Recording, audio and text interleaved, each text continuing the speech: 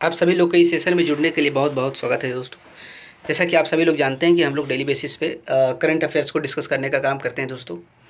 इस चैनल में हम लोग हाल फिलहाल में जो घटी हुई जो घटनाएं हैं दोस्तों, हम उस पर चर्चा करने का काम करेंगे दोस्तों। आज के जो हमारा सेशन होगा उसमें हम 7 सितंबर के दिन जो जितने भी घटनाएं घटे हैं दोस्तों, यानी कल की हम बात कर रहे हैं, यानी कल के दिन में रिलेटेड जितनी भी घटनाएं घटी हैं, चाहे वो हिंदुस्तान का हो दोस्तों, चाहे वो हिंदुस्तान के अलावा कहीं बाहरी देशों में घटा हो, यानी पूरी दुनिया में जहाँ जहाँ जिस प्रकार की घटनाएं घटी हो, वो चाहे किसी जगत से हो, खेल जगत से हो, उद्योग जगत से हो, या फिर पॉलिटिकल हो, नॉन पॉलिटिकल हो, जियो पॉलिटिकल हो दोस्तों, या फिर कोई सौरमंडल से रिलेटेड हो, या फिर कोई आप कह सकते हैं कोई पर्यावरण से रिलेटेड हो, प्राकृतिक से रिलेटेड हो, जिस तरीके का भी घटनाएं हुआ है दोस्तों, कल के डेट में जिस तरीके की घटनाएं हुए, यानी 7 सितंबर के डेट में जिस तरीके जितने भी घटनाएं घटे हैं, हम आज उस पर एक नज़र डालने का प्रयास करेंगे, उस पर हम चर्चा करने का काम करेंगे दोस्तों।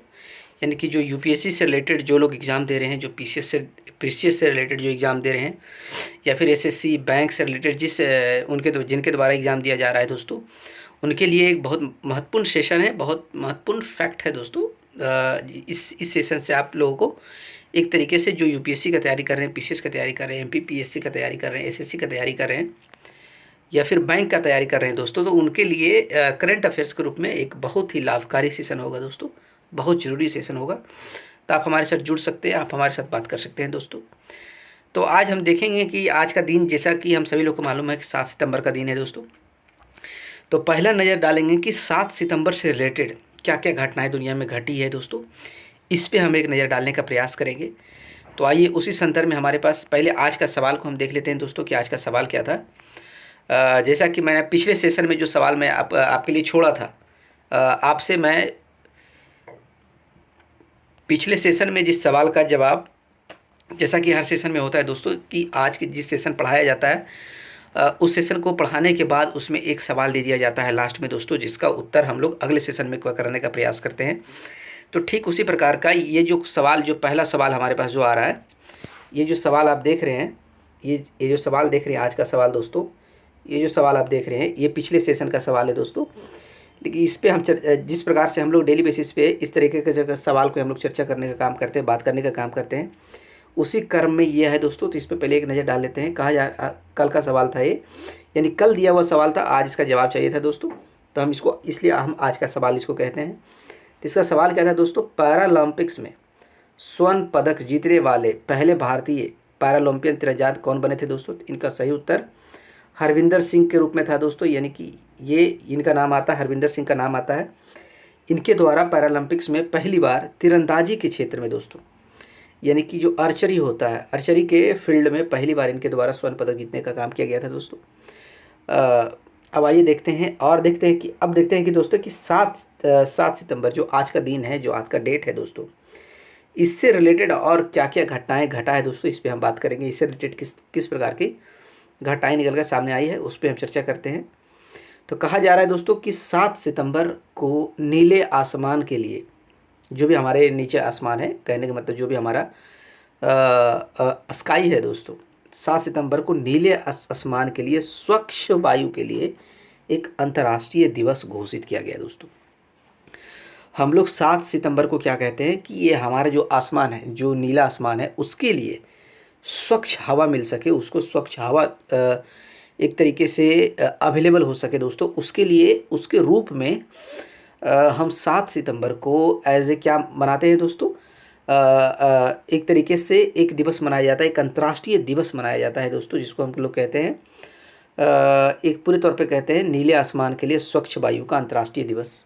एक इसका डे के रूप में मनाया जाता है दोस्तों, जो कि एक तरीके से डिनोट करता है ताकि आसमान में हमें स्वच्छ हवा मिल सके। इसके लिए इस दिवस को, यानी 7 सितंबर को ये नीले आसमान के लिए स्वच्छ वायु का अंतर्राष्ट्रीय दिवस के रूप में मनाए जाते हैं दोस्तों। तो इसका थीम क्या होता है दोस्तों, इसका थीम, इस बार का जो इसका थीम था दोस्तों, इसका थीम था हैशटैग क्लीन एयर नाव में निवेश करें, यानी कि लोगों को एक तरीके से प्रोत्साहित किया गया दोस्तों कि आप नीले हवा यानी कि साफ़ सुथरा हवा में आप निवेश करें, अपने इन्वायरमेंट को साफ रखें। पॉल्यूटेड नहीं रखे दोस्तों, इसका मेन थीम था। इसको कहने का मेन आशय यही बनता है दोस्तों। कहा जा रहा है 26 नवंबर 2019, आप इसको देख सकते हैं। 26 नवंबर 2019 को संयुक्त राष्ट्र यूएन महासभा के 74वें सत्र की दूसरी समिति ने 7 सितंबर को नीले आसमान के लिए स्वच्छ हवा का अंतर्राष्ट्रीय दिवस के रूप में नामित करने का प्रस्ताव पारित किया है दोस्तों। यानी कि ये पहली बार किया गया था 26 नवंबर, ये डेट याद रखिएगा 26 नवंबर। ये देखिए 26 नवंबर 2019 को संयुक्त राष्ट्र महासभा के 74वें सत्र में दूसरी समिति ने 7 सितंबर को नीले आसमान के लिए स्वच्छ हवा का अंतर्राष्ट्रीय दिवस के रूप में नामित करने का प्रस्ताव पारित किया था दोस्तों। यहाँ पे आप देख सकते हैं international day of clean air for blue skies 7 सितंबर 2024। ये वर्ल्ड वाइड आप देख सकते हैं, यहाँ पे सीधे तौर पे आपको दिया गया है दोस्तों। आगे क्या है और आगे देखते हैं कि 7 सितंबर को और कौन कौन सी घटनाएं घटी है जिसको हम याद करने का प्रयास करते हैं दोस्तों। तो उसके संदर्भ में हमारे पास एक घटना निकल कर आ रहा है। कहा जा रहा है कि 7 सितंबर को ब्राज़ील का स्वतंत्रता दिवस भी मनाया जाता है दोस्तों। यानी कि 7 सितंबर को ब्राज़ील आज़ाद होने का भी काम किया था दोस्तों। 7 सितंबर 1822, 7 सितंबर दोस्तों, ये डेट याद रखिएगा। इस दिन ब्राज़ील का इंडिपेंडेंस डे मनाया जाता है। जिस प्रकार के हमारा इंडिपेंडेंस डे 1947 को 15 अगस्त 1947 को मनाया जाता है दोस्तों, उसी संदर्भ में 7 सितंबर 1822 को ब्राज़ील का स्वतंत्रता दिवस मनाया जाता है दोस्तों, इंडिपेंडेंस दिवस मनाया जाता है। ब्राज़ील स्वतंत्रता दिवस हर राष्ट्रीय अवकाश है, यानी कि एक नेशनल हॉलीडे के तौर पे इसे देखा जाता है, जो हर साल 7 सितंबर को ब्राज़ील में मनाया जाता है। ये डेट याद रखिएगा, 7 सितंबर को ब्राज़ील में मनाया जाता है दोस्तों। 7 सितंबर 1822 को पुर्तगाल, ब्राज़ील और अल्गारवेस के यूनाइटेड किंगडम से इसे स्वतंत्रता मिला था दोस्तों। इनकी राजधानी की अगर बात कर ले तो ब्रासिलिया है दोस्तों। इसका मुद्रा आप देखेंगे तो इसका मुद्रा ब्राज़ील रियल डॉलर है दोस्तों, ब्राज़ील रियल है। एक तरीके से इसका आप मैप देख सकते हैं कि ये ब्राज़ील का मैप है, ग्रीन है, येलो है, ब्लू के रूप में है दोस्तों। अगला घटनाएं देखते हैं कि 7 सितंबर को और क्या होता है दोस्तों। तो 7 सितंबर को एक तरीके से कहा जाए, 7 सितंबर को परशुराम पर्व मनाया जाता है दोस्तों। परशुराम पर्व एक ऐसा पर्व है दोस्तों जो जैन धर्म में मनाया जाता है। जैसा कि हम सभी लोग जानते हैं कि जैन धर्म में 2 कम्युनिटी होता है दोस्तों। एक का नाम होता है श्वेतांबर दोस्तों और दूसरे का नाम होता है दिगंबर दोस्तों। तो दिगंबर वैसे लोग का एक कम्युनिटी होता है दोस्तों जिनके द्वारा कपड़ा धारण नहीं किया जाता है, जिनके द्वारा वस्त्र धारण नहीं किया जाता, जिनके द्वारा कपड़ा नहीं पहना जाता है दोस्तों। और श्वेतांबर वैसे कम्युनिटी को कहते हैं जिनके द्वारा सिर्फ सफ़ेद कपड़ा पहना जाता है दोस्तों। तो ये जो परशुराम पर्व है, ये परशुराम पर्व होता है जो जैन धर्म में ही मनाया जाता है। और ये पर्व दोनों कम्युनिटी द्वारा मनाया जाता है, श्वेतांबर लोगों के द्वारा भी मनाया जाता है और दिगंबर लोगों के द्वारा भी मनाया जाता है दोस्तों। तो कह रहा है परशुराम पर्व जैन धर्म का एक महत्वपूर्ण त्यौहार है जिसे दिगंबर श्वेतांबर दोनों समुदाय मनाते हैं। अब इसका मेन थीम क्या है दोस्तों, इसका मेन ऑब्जेक्टिव क्या है? इस पर्व को जैन धर्म में मनाते हैं तो इसका मान्यताएं क्या है, इस पर्व को मनाने के क्या मायने हैं, लोग इससे क्या समझते हैं, किस तरीके का निष्कर्ष निकालते हैं इस पर्व से दोस्तों। तो कहा जाता है यह जैनियों के लिए गहन चिंतन का विषय है, गहन चिंतन, पश्चाताप और मुक्ति का एक समय है दोस्तों। ऐसा माना जाता है कि एक कुछ समय ऐसा है जिसमें जैनियों के लिए एक गहन चिंता का समय देता है, गहन चिंता करने का समय देता है, पश्चाताप करने का समय देता है और मुक्ति पाने का एक अवसर मिलता है दोस्तों। ऐसा माना जाता है जैन धर्मों में। तो इस पर्व को जो मनाते हैं इसके 5 थीम है दोस्तों, 5 ऑब्जेक्टिव है। यानी कि जो भी इसको मनाते हैं उनको कहा जाता है कि ये आपका 5 धर्म बनता है। आप इस त्यौहार में 5 कार्य में है, 5 काम है दोस्तों, ये 5 कर्तव्य है जिन पे आप चिंतन कर सकते हैं, जिसको आपको करने का मौका मिलता है, जिसको आप ध्यान में रख सकते हैं दोस्तों। इस पर्व के करने के बहाने, कहने का मतलब इस पर्व के करने के जो मायने हैं वो यही सिखाता है कि ये समय है, कुछ समय आपको मिलता है, इस समय में आप कुछ 5 वादे हमसे कीजिए जो आप अपनी ज़िंदगी में पालन करने का काम करेंगे दोस्तों। ये सारे जैनों के लिए होता है। पहला कर्तव्य के रूप में क्या आता है दोस्तों, जिसको पहला कर्तव्य हम इसको बोलते हैं, इसको बोला जाता है संवत्सरी। संवत्सरी का मतलब क्षमा और मेल मिलाप।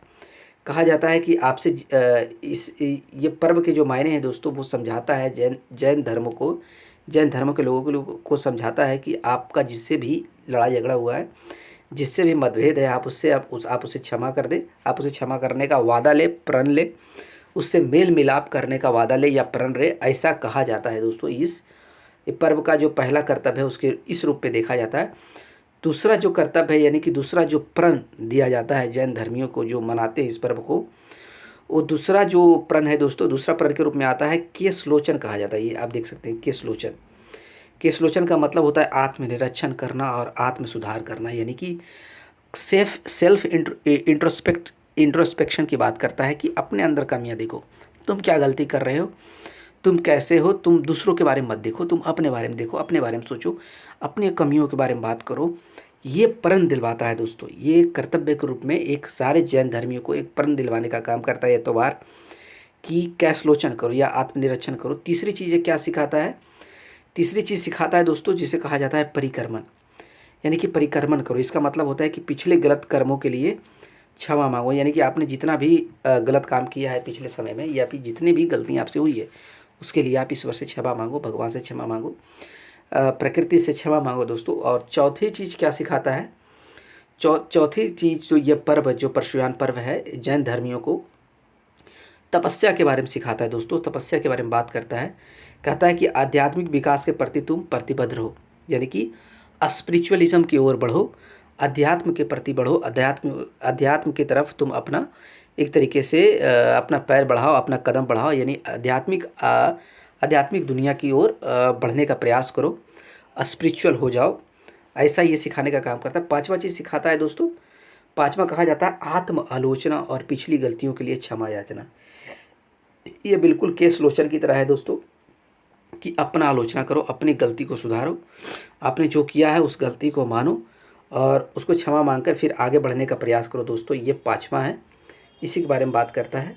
आप कह सकते हैं ये पहला है, ये दूसरा है, ये तीसरा है, ये चौथा है और ये पांचवा है दोस्तों। ये मैंने आपको डिटेल में बता दिया है।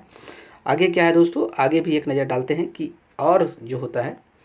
अगला करंट अफेयर से दोस्तों हमारे सामने आ रहा है जो अगली घटना है वो केरल से आ रहा है दोस्तों। केरल में हम सभी लोग जानते हैं कि ओणम का त्यौहार केरल का एक बहुत बड़ी पहचान है दोस्तों।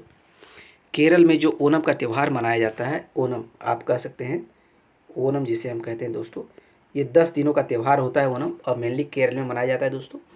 ये हार्वेस्टिंग पे है, एग्रीकल्चरल हार्वेस्टिंग पे ये दिखाता, एग्रीकल्चर हार्वेस्टिंग के थीम पर ये लोग काम करता है। इसके उपलक्ष्य में ही यह त्यौहार केरल में मनाया जाता है दोस्तों। इस त्यौहार के मनाते समय अनेक गतिविधियां केरल वासियों द्वारा किया जाता है, केरल वासियों द्वारा परफॉर्म किया जाता है दोस्तों। हम उस पर एक नज़र डालने का प्रयास करेंगे। क्षमा कीजिएगा, इसका स्क्रीन लाइट बंद हो गया था। कहा जा रहा है केरल में अथम अथम अथम मतलब ये 10 दिन का जो पर्व होता है दोस्तों, केरल में ये जो 10 दिन का ओणम उत्सव होता है उसका जो पहला दिन होता है उसको हम अथम के रूप में जानते हैं दोस्तों। उसको कहा जाता है, अथम कहा जाता है। तो उसकी शुरुआत हो चुकी है केरल में और अथम के रूप में उसे सेलिब्रेट किया गया है, यानी कि ओणम का पहला दिन मनाया गया है दोस्तों कल 7 सितंबर को, यानी 7 सितंबर को इसका पहला दिन अथम के रूप में मनाया गया, यानी इसकी शुरुआत हो गई है। अथम यानी इस पर्व का पूरा पहला दिन को अथम कहते हैं। केरल में अथम 10 दिवसीय, यानी ये इंपॉर्टेंट है, 10 दिवसीय ओणम उत्सव की शुरुआत के रूप में मनाया जा रहा है दोस्तों। यानी अथम की शुरुआत हो चुकी है, केरल ओणम की शुरुआत हो चुकी है जो कि अथम के रूप में सेलिब्रेट कर चुका है। यह एक फसल उत्सव है दोस्तों, यानी कि एक अच्छी फसल के उपलक्ष्य में मनाया जाता है कि अच्छा खेती हुआ, अच्छा फसल हुआ, अच्छी फसल की कटाई हुई, उसके उपलक्ष्य में एक सेलिब्रेट किया जाता है इसको। जो मलयालम कैलेंडर जिसको बोला जाता है कोला वर्षम, मलयालम कैलेंडर को कोला वर्षम बोला जाता है दोस्तों। उसके पहले महीने जिसे चिंगम कहा जाता है, यानी कोला वर्षम कैलेंडर के अनुसार जो मलयालम कैलेंडर है, कोला वर्षम कैलेंडर जो मलयालम कैलेंडर है उसके अनुसार जो महीना है, चिंगम एक महीना है, चिंगम एक समय है दोस्तों। चिंगम के महीने की शुरुआत में इसे मनाए जाने का काम किया जाता है दोस्तों। ये इंपॉर्टेंट था, इसे याद रखिएगा कि कोला वर्षम जो है मलयालम का एक कैलेंडर है, उसमें जो है महीना जो चिंगम महीने की शुरुआत में, ये इंपॉर्टेंट है, ये देखिए चिंगम के महीने के शुरुआत में इसे मनाए जाने का काम किया जाता है दोस्तों। ओणम 4 से 10 दिनों तक चलता है, यानी कि 4 से लेकर 10 दिनों तक इसका पूरा कार्यक्रम चलता है। पहला दिन को अथम कहता है, जैसे कि आप सभी लोग को मैंने बोला कि पहला दिन को अथम कहा जाता है और 10वां दिन को थ्री ओणम कहा जाता है। और ये पहला दिन और 10वां दिन सबसे महत्वपूर्ण दिन होता है दोस्तों, यानी कि अथम और कह सकते हैं अथम जिसको हम कहते हैं पहला दिन, और थिरुओणम जिसको हम कहते हैं 10वां दिन, ये दोनों दिन सबसे महत्वपूर्ण होता है इन 10 दिनों में दोस्तों। आप ये पिक्चर देख सकते हैं, इसमें इसका ट्रेडिशनल आप पिक्चर देख सकते, कल्चरल देख सकते हैं दोस्तों, कितना खूबसूरत होता है। आगे क्या कहा जा रहा है कि ओणम त्यौहार के चौथे दिन देखिए एक खास तरह का कार्यक्रम किया जाता है। कलाकार अपने शरीर को पीले, लाल और काले रंग की धारियों से बाघों की तरह खुद को रंगते हैं और थकील, उड़क्कू और चिंडा जैसे पारंपरिक वाद्य यंत्रों की लय पर नृत्य करने का काम करते हैं दोस्तों। यानी कि ओणम के जो चौथा दिन होता है, चौथा दिन दोस्तों वहाँ के जो आवासी हैं, यानी कि जो युवा लोग हैं, जो लोग हैं दोस्तों, वो क्या करते हैं अपने शरीर को बिल्कुल बाघ जैसा, बाघ का रूप रंग होता है, पीला काला, जिस तरीके से बाघ का एक आकृति होता है दोस्तों, उसी आकृति में लोग अपने आप को प्रदर्शित करते हैं, अपने आप को बना लेते हैं, अपने आप को एक तरीके से बाघ के रूप में दिखाने का प्रयास करते हैं। और उनके एक तरीके से ओणम के कुछ केरल के कुछ जो थकील, उड़ाकू और चेंडा जैसे जो पारंपरिक वाद्य यंत्र हैं, उसके लय में ये लोग नृत्य करने का काम करते हैं दोस्तों, नाचने गाने का काम करते हैं दोस्तों। आगे क्या कहा गया है, आगे देखिए पुलिकली, आप इसको ध्यान दीजिएगा। पुलिकली, इसको हम पुलिकली कहा जाता है, जो बाघ के रूप में नृत्य किया जाता है। ये देखिए, ये इमेज को आप देखिए, ये इमेज है, इस पर आप एक नज़र डालने का प्रयास कीजिएगा। इसको थोड़ा और आगे बढ़ाते हैं ताकि आपको अच्छी तरीके से समझ में आए। ये देखिए, इसको पुलिकली है, आप ये इमेज को आप डिटेल में देख सकते हैं दोस्तों, ये इमेज को देख सकते हैं, इमेज साफ साफ आपको दिखाई दे रहा है। ये इमेज, ये देख सकते हैं, ये इमेज है दोस्तों, ये इमेज है, खुद को बाघ के रूप में रंगते हैं और नृत्य करते हैं। उसको बोला जाता है, डांस को बोला जाता है पुलिकली दोस्तों, और केरल के लोक कला के रूप में से एक डांस बोला जाता है। यानी कि पुलिकली को केरल के एक लोक कला के रूप में एक है दोस्तों, एक नृत्य है दोस्तों। एक अन्य प्रमुख विशेषता जिसको बोला जाता है बलमकली, जो पंपा नदी पर आयोजित होने वाला सर्प नौका दौड़ होता है दोस्तों। यानी कि जो नौकायान जो होता है, ओणम में जो नौकायान होता है, उसको कहा जाता है दोस्तों, क्या कह सकते हैं आप उसको, जो कि जिसे हम बल्लम कली के नाम से जानते हैं, जो कि पंपा नदी पर आयोजित होने वाली एक नौका दौड़ है दोस्तों। आप देख सकते हैं, इसको डिटेल में देख सकते हैं। और उसके बाद तीसरा जो होता है दोस्तों कैकोटी काली, तीसरा जिसको हम बोलते हैं कैकोटी काली और थुम्बी थुलाल, ओणम पर महिलाओं द्वारा किए जाने वाले दो सुंदर नृत्य हैं। ये आप इमेज में देख सकते हैं, एक तो ये है दोस्तों महिलाओं के द्वारा सुंदर किया जाने वाला ये नृत्य, और आपको आगे दिखाते हैं, ये आप देख सकते हैं, इमेज में देख सकते हैं।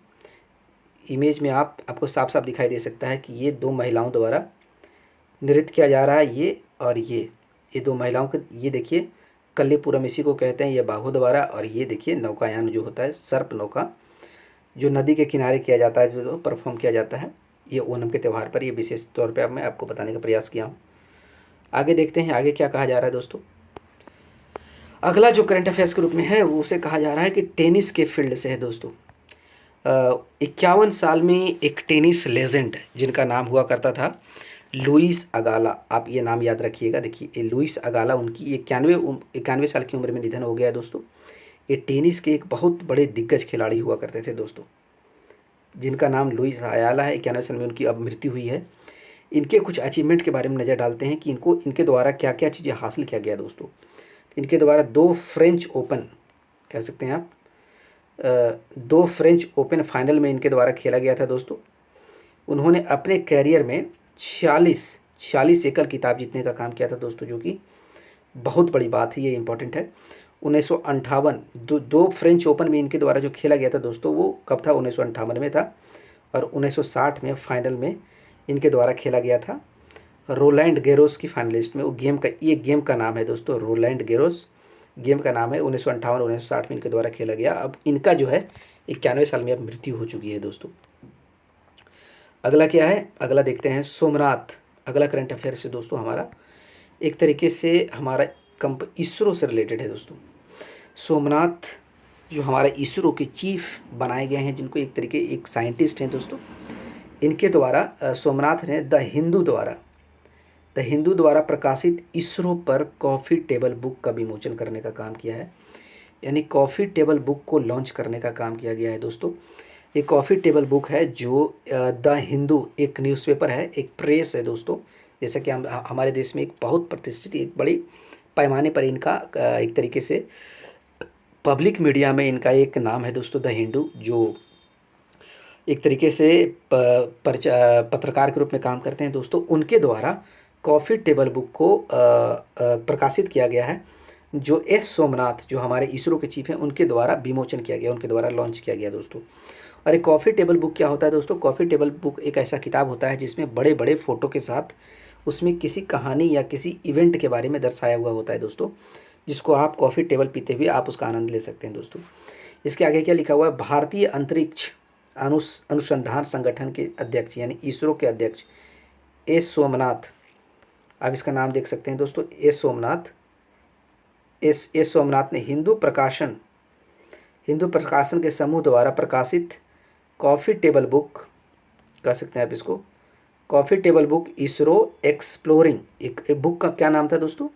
बुक का नाम था, देखिए आप बुक का नाम ध्यान से देखिएगा, ISRO exploring new frontiers to the moon to the sun and beyond द विमोचन किया गया था दोस्तों।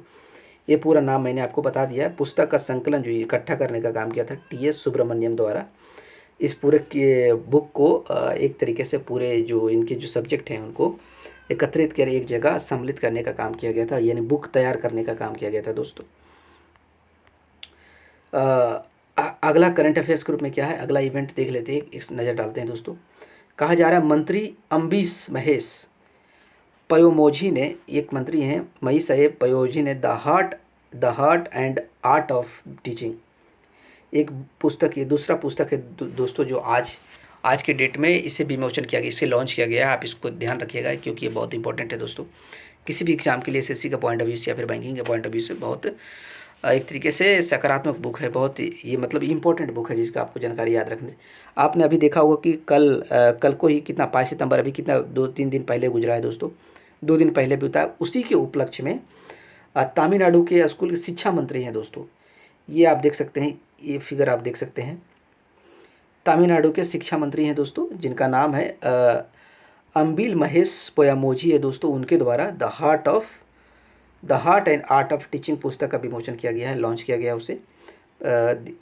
तमिलनाडु के स्कूल शिक्षा मंत्री आप जिसको देख सकते हैं अम्बिल महेश पोयामोझी ने चेन्नई के क्लैबनार आरंगम में एवरबीन ग्रुप्स ऑफ स्कूल के संस्थापक बी पुरुषोत्तमन द्वारा लिखित पुस्तक, इस पुस्तक को लिखने का काम किसने किया है दोस्तों? ये पुस्तक लिखने का काम जो है ये क्या है, ग्रुप ऑफ स्कूल्स के संस्थापक हैं आरंगन में एल्विन आप इसको देख सकते हैं, एयरबीन ये नाम देख रहे हैं आप, एयरबीन ग्रुप ऑफ स्कूल के संस्थापक बी पुरुषोत्तमन द्वारा लिखित पुस्तक the heart and art of teaching का विमोचन किया गया है दोस्तों। आप इसको ध्यान रखिएगा, इसको याद कर दीजिएगा दोस्तों, ये आपके लिए बहुत ज़रूरी है। अगला जो करंट अफेयर्स निकल कर आ रहा है दोस्तों, वो क्या कह रहा है, उसके बारे में क्या उस पर हम एक नज़र डालने का प्रयास कर रहे हैं। कहा जा रहा है दोस्तों कि ऊर्जा के क्षेत्र में एक नए युग की खोज हुई है। ऊर्जा जिसको हम एनर्जी कह सकते हैं दोस्तों, उसमें भी एक पुस्तक का विमोचन किया गया है, एक पुस्तक के लॉन्च किया गया है दोस्तों, जिस पुस्तक का नाम है काले सोने से सफ़ेद सोने तक का सफ़र। यानी कहने का मतलब काला सोना, काले सोने का संदर्भ यहाँ से नॉन रिन्यूएबल एनर्जी की बात की गई है। वैसे एनर्जी हम जिसको अगर एक बार यूज़ कर लें तो वो एक परमानेंटली वो फिर ख़त्म हो जाता है दोस्तों। वो एनर्जी जैसे कोयला हो गया, पेट्रोलियम हो गया दोस्तों, ये ऐसे कुछ एनर्जी हैं जिसको एक बार अगर आप यूज़ कर लेंगे तो वो परमानेंट ख़त्म हो जाएगा। और तो उससे हम लोग जो एनर्जी एक बार इस्तेमाल करने पर परमानेंट ख़त्म हो जाता है दोस्तों, उसको हम बोलते हैं काले सोने से। काले सोना और सफ़ेद सोना वैसे एनर्जी को कहा जाता है दोस्तों जो लिथियम के रूप में जाना जाता है, वैसे एनर्जी को जिसको आप बार बार इस्तेमाल कर सकते हैं, आप बार बार यूज़ कर सकते हैं, यानी कि जो पोल्यूशन नहीं करता हो, जो ज़्यादा पोल्यूटेड नहीं बनाता हो, एनवायरनमेंट जिससे सेफ़ रहता हो, सुरक्षित रहता हो दोस्तों, वैसे को सफ़ेद सोना कहता है। तो सफ़ेद सोना को हम लिथियम के रूप में हम उसको जान सकते हैं। तेल से लिथियम तक, यहाँ देखिए आप साफ साफ इसमें लिखा गया है कि तेल से लिथियम तक ऊर्जा के भविष्य को नेविगेट करना है। प्रशंसित ऊर्जा विशेषज्ञ श्री कुलदीप गुप्ता द्वारा परिवर्तनकारी नई पुस्तक का विमोचन किया गया है दोस्तों।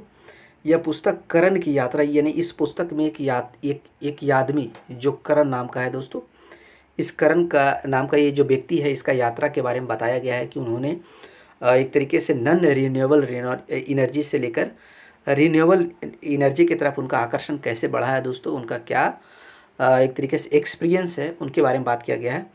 यात्रा का अनुसरण करती है यह ऐसे व्यक्ति जिनका तेल और गैस उद्योग में करियर था उसे जीवाश्म ईंधन द्वारा उत्पन्न तत्काल का पर्यावरणीय और नैतिक सुविधाओं का सामना करने के लिए प्रेरित करता है, जो अंततः अक्षय ऊर्जा की ओर बदलाव को प्रेरित करने का काम करता है दोस्तों। यानी कि पहले ये जो आदमी थे, ये जो करण जिनका नाम था, ये व्यक्ति थे, पहले नॉन रिन्यूएबल गैस, कोयला पेट्रोलियम जैसे चीज़ों में काम किया कर रहे थे। उसके बाद इनके द्वारा रिन्यूएबल एनर्जी की तरफ इनका जो विज़न बढ़ता है, इनका जो पर्सपेक्टिव बढ़ता है, उसके बारे में इस किताब में बात किया गया है।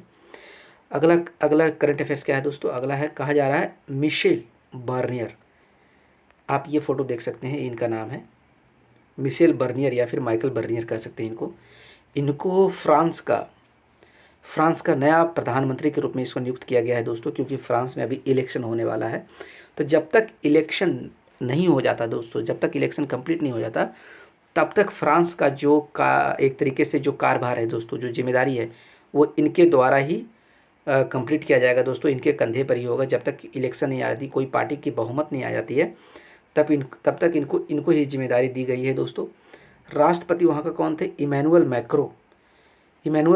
जैसा कि आप जानते हैं कि फ्रांस के दो सिस्टम होते हैं। फ्रांस में सबसे ताकतवर राष्ट्रपति होता है दोस्तों।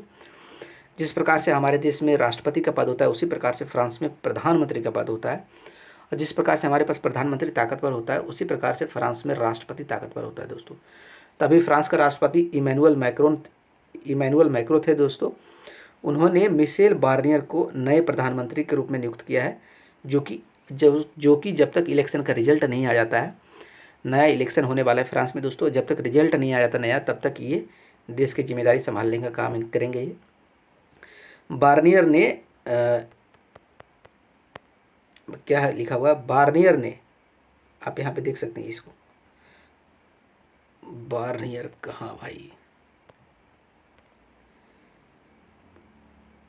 आप इसको देख सकते हैं। बार्नियर ने निवर्तमान प्रधानमंत्री गैब्रियल अट्टा, इनके पहले गैब्रियल अट्टा जी का नाम आता था, उनके स्थान पर इनको बनाया गया है दोस्तों, जो चुनाव परिणामों के बाद भी कार्यवाहक प्रधानमंत्री के रूप में कार्य करते रहेंगे। यानी कि टेम्प्रोरी, ये ज़्यादा ताकतवर नहीं होते, एक फॉर्मल पोस्ट होता है दोस्तों।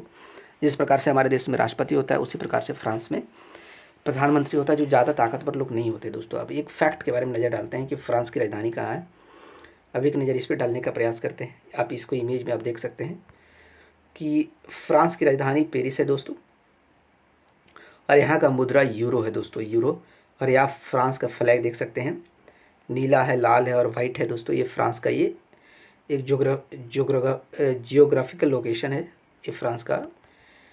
ये मैप देख सकते हैं, ये पूरा फ्रांस है दोस्तों, ये बिल्कुल फ्रांस है। इसकी राजधानी देखिए पेरिस है, और ये यूनाइटेड किंगडम का ये मैप है दोस्तों। और इसके बीच में ये जो है ये हमारा ब्रिटिश चैनल है। तो आपने इसको देख लिया दोस्तों। अगला करंट अफेयर्स की तरफ पढ़ते हैं। आगे के बारे में क्या बात किया गया है। आगे निकल कर आ रहा है दोस्तों कि तमिलनाडु के पलानी हिल्स में मकड़ी की नई प्रजाति की खोज की गई है दोस्तों। ये न्यूज़ निकल कर आ रहा है, तमिलनाडु की पलानी हिल्स के बारे में बात किया जा रहा है। तमिलनाडु के पलानी हिल्स में एक नए मकड़ी की खोज की गई है। मकड़ी की एक प्रजाति खोज की गई है दोस्तों, मकड़ी की एक नई प्रजाति का खोज किया गया है तमिलनाडु। ये याद रखिएगा, पलानी हिल्स सबसे ज़रूरी है। पलानी हिल्स तमिलनाडु की निचली पलानी पहाड़ियों में जंपिंग स्पाइडर की एक नई प्रजाति, जिसको हम बोलते हैं कैरोटस पाइप्रस, उनकी पहचान की गई है दोस्तों। यह खोज एक बार फिर क्षेत्र की समृद्ध यानी रिच बायोडाइवर्सिटी की बात करता है। ये आप मैप में देख सकते हैं कि ये तमिलनाडु का एरिया है। ये देखिए, ये पूरा तमिलनाडु, और यहाँ पे इसको खोज करने का काम किया गया है दोस्तों। आगे क्या लिखा हुआ है? आगे कहा जा रहा है कारोबार सुगम सुधार रैंकिंग में केरल और आंध्र प्रदेश शीर्ष पे हैं दोस्तों। यानी जिसको हम बोलते हैं ease of business, ease of business, ease of business उसे कहा जाता है दोस्तों। एक वैसे राज्य के बारे में बात कर रही है, एक वैसा शासन प्रशासन के बारे में बात कर रही है दोस्तों, जहाँ पर व्यवसाय करना बहुत आसान हो जाता है, उसे हम बोलते हैं कारोबार सुगमता दोस्तों। यानी कि वैसी जगह, वैसी सरकार जहाँ की नीतियाँ बहुत सरल है, बहुत सटीक है और बहुत लचीला है दोस्तों, जो कि एक तरीके से उस जगह पर, उस शहर में कारोबार करने वाले कारोबारियों को ज़्यादा तकलीफ़ नहीं होता है, ज़्यादा परेशानी नहीं उठानी पड़ती है। आसानी से जहाँ बिज़नेस किया जाए, जहाँ कारोबार किया जाए दोस्तों, वैसे व्यवस्था को हम कहा जाता है कारोबार सुगमता कहते हैं दोस्तों। तो कारोबार सुगमता की यानी कि कौन सा ऐसा जगह है इस देश में जहाँ पे बिज़नेस करना बहुत आसान हो जाता है, बिज़नेस करना बहुत फ़ायदेमंद होता है, बहुत आसानी से बिज़नेस को शुरुआत किया जा सकता है, बिज़नेस को परफॉर्म किया जा सकता है, बिज़नेस की पहल की जा सकती है दोस्तों। तो वैसे क्षेत्र में एक रैंकिंग बनाई गई है, वैसे फील्ड में इसी चीज़ को संदर्भ बनाते हुए एक रैंकिंग तैयार किया गया है दोस्तों, जिसमें मानक पता किया गया है कि कौन से राज्य में कितना आसानी से बिजनेस एक तरीके से शुरुआत किया जा सकता है, और कौन सा राज्य ऐसे भी है जहाँ बिजनेस करने में बहुत लोचे होते हैं, बहुत लफड़े होते हैं, बहुत मुश्किल से उसकी शुरुआत की जा सकती है दोस्तों। तो इसी का एक रैंकिंग मिला है, जिसमें केरल और आंध्र प्रदेश शीर्ष पे पाए गए हैं दोस्तों, जिसमें केरल और आंध्र प्रदेश दो ऐसा स्टेट है इंडिया का जो कि ऊंचे यानी कि शीर्ष पे जगह बनाने में कामयाब हुआ है दोस्तों। वाणिज्य एवं उद्योग मंत्रालय ने business reform action plan BRAP के तहत केरल और उसके बाद आंध्र प्रदेश को शीर्ष प्रदर्शन करने वाले राज्यों में स्थान देने का काम किया दोस्तों। यानी कि ये दो ऐसे राज्य हैं जहाँ बिजनेस करना बहुत आसान हो जाता है। केरल शीर्ष प्रदर्शन करने वाला राज्य रहा है, उसके बाद आंध्र प्रदेश रहा है, फिर गुजरात रहा, यानी गुजरात में अच्छे से बिजनेस कर सकते हैं, राजस्थान है, त्रिपुरा है, उत्तर प्रदेश का नाम 5वें नंबर पे आता है दोस्तों, यानी 6ठे नंबर पे आता है। यानी उत्तर प्रदेश भी एक तरीके से पॉजिटिव ही है, सकारात्मक भी है। इसी बीच रैंकिंग में अरुणाचल प्रदेश, तेलंगाना, पंजाब और पुडुचेरी सबसे खराब प्रदर्शन करने वाले राज्यों में शामिल है दोस्तों। यानी कि अरुणाचल प्रदेश, तेलंगाना, पंजाब और पुडुचेरी में अगर आप बिज़नेस करना चाहते हैं तो आपको बहुत परेशानी का सामना करना पड़ेगा दोस्तों। बहुत कॉम्प्लिकेटेड वहाँ का नियम कानून है, वहाँ का व्यवस्था है दोस्तों। यही बात इसे साबित होता है। अगला करंट अफेयर्स क्या है दोस्तों, कहा जा रहा है कि मार्च 2025 में शनि के राजसी छल्ले, यानी कि जो उसका रिंग्स है दोस्तों, यानी कि सैटर्न का जो रिंग है, कुछ समय के लिए गायब क्यों हो जाएंगे। ऐसा कहा जा रहा है कि 2025 में, ये जो मार्च का महीना आएगा दोस्तों, इसमें आप इस इमेज को देख सकते हैं। ये जो छल्ला है ना, ये देखिए इस तरीके का जो ये सैटर्न पे इसके जो रिंग बने होते हैं, कहा जा रहा है यही रिंग क्या हो जाएगा दोस्तों कि गायब हो जाएगा दोस्तों, ऐसा कहा जा रहा है। ये 2025 में ये दिखाई नहीं देंगे दोस्तों, ऐसा माना जा रहा है, ऐसा माना जा रहा है दोस्तों। आइए इसके बारे में एक नज़र डालते हैं। शनि जो कहा जाता है दोस्तों, सैटर्न जो है, कहा जाता है कि 26.73 डिग्री के साथ झुका हुआ है, जिसके कारण झुका हुआ ने कारण क्या होता है, सूर्य की एक परिक्रमा पूरी करने में लगभग 29.4 पृथ्वी वर्ष लग जाता है दोस्तों। पृथ्वी का सूर्य का चक्कर लगाने में 365 दिन लगते हैं दोस्तों, यानी कि 1 साल लगते हैं। और शनि को यानी सैटर्न को सूर्य का एक चक्कर लगाने में दोस्तों 30 साल लगभग लग जाते हैं। लगभग 30 साल की यहाँ बात की जा रही है। 29.4 पृथ्वी वर्ष का मतलब 30 साल लग जाता है, क्योंकि जिस प्रकार से पृथ्वी 23 पॉइंट समथिंग डिग्री पर झुका हुआ है, उसी प्रकार से शनि जो है 26.73 डिग्री से अपने अक्ष पे झुका हुआ है दोस्तों, जिसके कारण इसको एक सूर्य का परिक्रमा लगाने में 30 वर्ष का समय लग जाता है। इसका मतलब है कि शनि वर्ष के आधे भाग लगभग 15 साल के लिए गैस वाले विशालकाय जो सूर्य ग्रह की ओर झुका रहता है, और बाकी शेष आधा भाग के लिए सूर्य से दूर झुका हुआ रहता है दोस्तों। यानी कि 15 साल जो शनि सूर्य का चक्कर लगाता है, तो 15 साल सूर्य जो होता है, शनि जो होता है अपने अक्ष की ओर झुका हुआ रहता है, और 15 साल जो होता है सूर्य की ओर झुका रहता है दोस्तों। तो इसी के कारण एक घटना घटने वाली है 25 मार्च को दोस्तों, जिसमें अंदाज़ा लगाया जा रहा है कि इसके छल्ले भी उसी कोण पर झुके हुए होते हैं। इसका जो आइकॉनिक जो रिंग होता है दोस्तों, उसी 15 साल उसी एंगल पर झुका हुआ रहता है, और जैसे जैसे सूर्य का घूमता है पृथ्वी से देखने पर भी अपना अभिविन्यास बदलते दिखाई देता है। लगता है कि इसका रिंग जो है ही नहीं दोस्तों। इस प्रकार से ये जो घटना घटने वाली है 25 मार्च को घटेगी दोस्तों, जिसके कारण ये इसका लोकेशन के कारण आप बात कर सकते हैं कि इसका जो रिंग होता है, सैटर्न का जो रिंग होता है, सैटर्न का जो लोकेशन है जो 26.73 डिग्री पे जो झुका हुआ है, जिसके कारण उसका रिंग भी उसी पोजीशन में झुके होने के कारण दोस्तों, जब ये पृथ्वी का सूर्य का चक्कर लगाता है तो इसका जो रिंग होता है, कभी कभी क्या होता है कि लगता है कि है ही नहीं, इसका रिंग रिफ्लेक्ट ही नहीं करता है दोस्तों।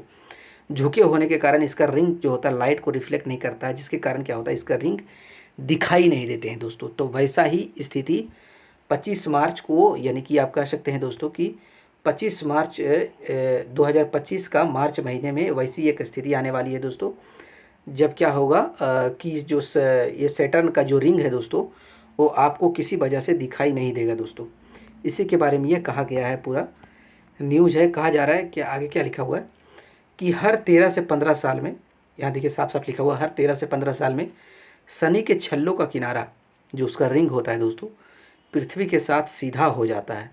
यानी हर 13 से 15 साल में उसका जो है पृथ्वी के साथ एकदम एग्जैक्ट सीधा हो जाता है, जिसके कारण क्या होता है, मार्च 2025 में ऐसा ही होगा जब हमारे ग्रह से केवल छल्लों के किनारे ही दिखाई देंगे दोस्तों, क्योंकि शनि के छल्ले बहुत पतले होते हैं और ये क्या करता है, ज़्यादातर जगहों पर क्या होता है, सिर्फ 10 मीटर ही मोटाई इसका होता है, रिंग ज़्यादा मोटा नहीं होता है दोस्तों, जिसके कारण क्या होता है कि बहुत कम प्रकाश को परिवर्तित करता है, यानी कि बहुत कम लाइट को रिफ्लेक्ट करता है दोस्तों, ना के बराबर लाइट को डिफ्लेक्ट करता है, बहुत पतला होने के कारण।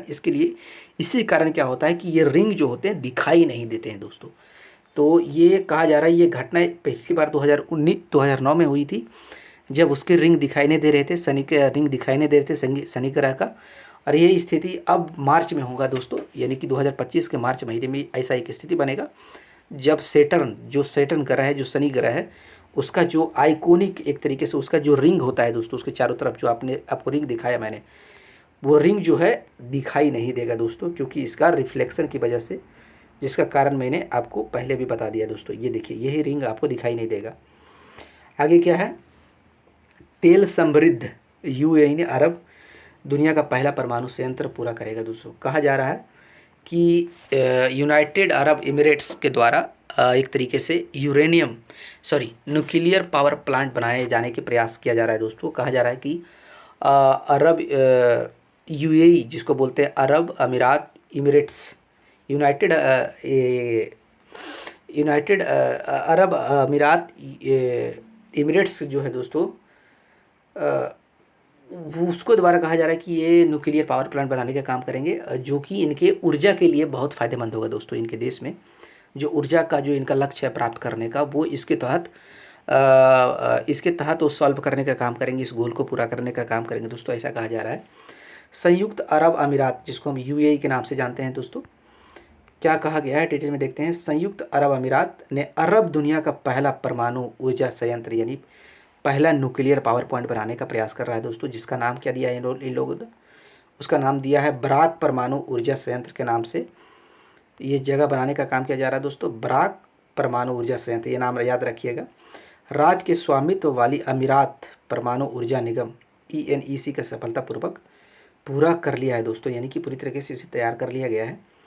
इसका जो लोकेशन है दोस्तों, इसका लोकेशन बराक परमाणु ऊर्जा संयंत्र जो है, यानी कि बराक न्यूक्लियर पावर प्लांट जो है, वो यूएई के अल धफ्रा में स्थित है दोस्तों। यूएई के अल धफ्रा में इसे तैयार किया जाएगा, इसे बनाए जाने का काम किया गया है दोस्तों। यह 2050 तक अपनी बिजली की आधी ज़रूरतों को अक्षय ऊर्जा से पूरा करने के देश के लक्ष्य को प्राप्त करने की दिशा में एक बड़ा कदम है। कहा जा रहा है कि इसका जो एम है कि इसका 2050 तक, इसका यूएई का एम है दोस्तों कि 2050 तक अपन उसका जो बिजली का जो ज़रूरत है, बिजली एनर्जी का जो ज़रूरत है दोस्तों, यानी कि बिजली, यानी जो एक तरीके से लाइट का जो उसका एक तरीके से उसके पास एक चैलेंज है, उसके पास एक गोल है दोस्तों कि 2050 तक हम इस अपने देश में पूरी तरीके से रिन्यूएबल एनर्जी का हम पूरा कर लेंगे। रिन्यूएबल एनर्जी से हम बिजली तैयार कर लेंगे दोस्तों, ये इसका गोल है।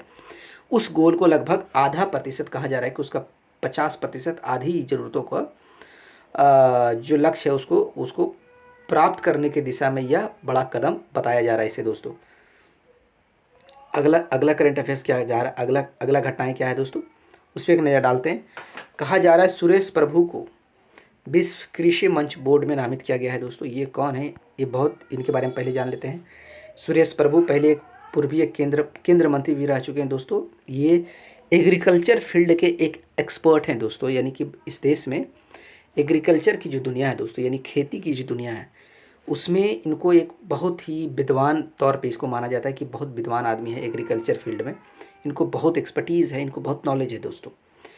तो और ये पूर्व केंद्रीय मंत्री भी रह चुके हैं तो ये केंद्र में एक मंत्री के तौर पे भी कार्यभार अपना संभाल चुके हैं। अब उन्हीं को विश्व कृषि मंच, इसको बोलता है वर्ल्ड एग्रीकल्चर फोरम बोर्ड से नामित किया गया है दोस्तों। उनमें इसको जगह दी गई है विश्व कृषि मंच में। विश्व कृषि मंच जो बोर्ड है उसमें इनको नामित किया गया है। एक इनको सेलेक्ट करने का काम किया गया है। बफ बोर्ड इसको कह सकते हैं, वर्ल्ड एग्रीकल्चर फोरम बोर्ड का अध्यक्ष जो है, इनका जो अध्यक्ष अभी है रूडी रविंग द्वारा इनको चुना गया है दोस्तों। इनके द्वारा कहा गया है कि कृषि क्षेत्र के भविष्य को आकार देने के लिए प्रभु की विशेषता का महत्वपूर्ण बताया जा रहा है, यानी इनका अभी बहुत ज़रूरत है दोस्तों एग्रीकल्चर फील्ड में, इसलिए इन्हें चुने जाने का काम किया गया है दोस्तों। अगला करंट अफेयर्स क्या है, अगला कहा जा रहा है पहलवान ज्योति बेरवाल। ये नाम याद रखिएगा, ये नाम बहुत ज़रूरी है। क्या कहा जा रहा है दोस्तों, पहलवान ज्योति बेरवाल ने अंडर-20 विश्व चैंपियनशिप में स्वर्ण पदक जीतने का काम किया गया है। ये कहाँ की रहने, ये एक तरीके का अंडर-20, ये याद रखिएगा कि गेम कहाँ खेला गया है दोस्तों, तो ये स्पेन में इसे आयोजित किया गया था अभी हाल फिलहाल में। ज्योति बेरवाल ने स्पेन के पोंटेवेद्रा ने अंडर-20 विश्व चैंपियनशिप में महिलाओं की 76 किलो वर्ग, ये इंपॉर्टेंट है दोस्तों, 76 किलो वर्ग में फ्री स्टाइल श्रेणी में इन्होंने स्वर्ण पदक जीतने का काम किया दोस्तों, कि बहुत बड़ी अचीवमेंट है एक तरीके से देखा जाए तो। भारतीय पहलवानों ने इस श्रेणी में 2 और पदक जीते हैं, जिनका एक का नाम है कोमल नाम है, जो 59 किलोग्राम में जीतने का काम किया। दूसरा नाम है सृष्टि दोस्तों, जिन्होंने 68 किलोग्राम में कांस्य पदक जीतने का काम किया, यानी ये दोनों को कांस्य मिला है और इनको गोल्ड मिला। आप ये पिक्चर में देख सकते हैं, इनका फोटो, इन्हीं का नाम है, जिनका नाम ज्योति बेरवाल है दोस्तों। ये बहुत बड़ी अचीवमेंट है। अगला करंट अफेयर्स क्या है दोस्तों, कहा जा रहा है शरत कमल, ये एक इंडियन टेबल टेनिस प्लेयर है दोस्तों। ये पिक्चर आप देख लीजिए, ये पिक्चर में आप देख सकते हैं जिनका नाम है शरत कमल। उनको अंतर्राष्ट्रीय टेबल टेनिस जो महासंघ, जो फेडरेशन है, जो इंटरनेशनल टेबल टेनिस जो फेडरेशन है, उस फाउंडेशन का पहला भारतीय राजदूत के रूप में घोषित किया गया है दोस्तों। बहुत अच्छा खिलाड़ी है। अगला क्या है दोस्तों, आगे क्या कहा जा रहा है, ताहिर जमान, अगला खिलाड़ी हमारे साथ निकल कर आ रहे हैं। ये ताहिर जमान है दोस्तों। ये एक पाकिस्तानी हॉकी टीम का प्लेयर है दोस्तों, पाकिस्तानी हॉकी टीम का प्लेयर है। और इनका अचीवमेंट है कि इनके द्वारा एक तरीके से ओलंपिक मेडल भी जीता गया है दोस्तों, यानी कि इन्होंने ओलंपिक में पार्टिसिपेट भी किया है, ओलंपिक में इनके द्वारा मेडल भी जीता गया है।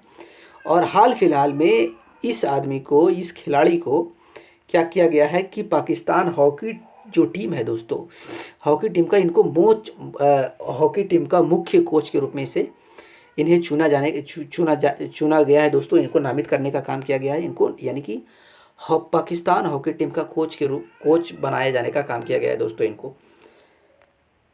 अगला देख लेते हैं, अगला करंट अफेयर्स को हम लोग डिस्कस कर लेते हैं दोस्तों। कहा जा रहा है महित संधू ने विश्व बधिर यानी कि वर्ल्ड डेफ शूटिंग चैंपियनशिप में 50 मीटर राइफल प्रोन में स्वर्ण पदक जीता है दोस्तों। भारत की मोहित सिंधु ने, ये नाम याद रखिएगा, ये है शायद, यही चेहरा आपको दिख रहे हैं, इन्हीं को गोल्ड मिला है। मोहित सिंधु ने जर्मनी के हनोवर में चल रही दूसरे विश्व बधिर यानी कि बहरे लोगों का एक निशानेबाजी चैंपियनशिप के 5वें दिन महिलाओं की 50 मीटर राइफल प्रोन स्पर्धा में स्वर्ण पदक जीता है, जबकि अभिनव देसवाल ने पुरुषों की 25 मीटर राइफल स्पर्धा में रजत जीतने का काम किया दोस्तों। अगला देखते हैं, अगला क्या है, इस पर एक नज़र डालते। ये हमारे जैवलिन थ्रो का गोल्ड मैन है दोस्तों, नीरज चोपड़ा जी हैं। इनके द्वारा भी हाल फिलहाल में एक बड़ी उपलब्धि हासिल की गई है। कहा जा रहा है कि 7 सितंबर को दोस्तों पेरिस में ओलंपिक के रजत पदक विजेता नीरज चोपड़ा, इनको पेरिस ओलंपिक में इनके द्वारा रजत पदक जीता गया था, इनके द्वारा जीतने का काम किया गया था दोस्तों। इन्होंने शीर्ष 6 में जगह बनाकर डायमंड लीग, एक अभी उत्सव चल रहा है, गेम चल रहा है दोस्तों, डायमंड लीग एक टूर्नामेंट चल रहा है। डायमंड लीग में इन्होंने शीर्ष 6 में जगह बनाकर फाइनल के लिए क्वालिफाई कर लिया है दोस्तों। यानी कि अब फाइनल भी इन्होंने इनके द्वारा खेला जाएगा, जो कि 13 और 14 ये डेट याद रखिए, 13 और 14 सितंबर को डायमंड लीग में इनको फाइनल के तौर पर इनको खेलने का मौका मिलेगा दोस्तों। इन्होंने फाइनल में खेलने का लिए अपना जगह बना चुके हैं, और ये 13 और 14 को फाइनल भी इसका खेला जाएगा दोस्तों, कि हो सके इनमें इसमें भी इनका कुछ हाथ लगे, हो सके गोल्ड जीत जाए तो बहुत बड़ी अचीवमेंट के तौर पे इसे आप देख सकते हैं दोस्तों। आज के सेशन में इतना ही था दोस्तों। उम्मीद करते हैं आप सभी लोगों को चीज़ें आसानी से समझ में आया होगा। इसी तरीके का करंट अफेयर्स जोड़ने के लिए जानने के लिए आप हमारे साथ जुड़ सकते हैं। बाकी बातें अगले लेक्चर में करते हैं। तब तक बहुत बहुत धन्यवाद आप सभी लोग।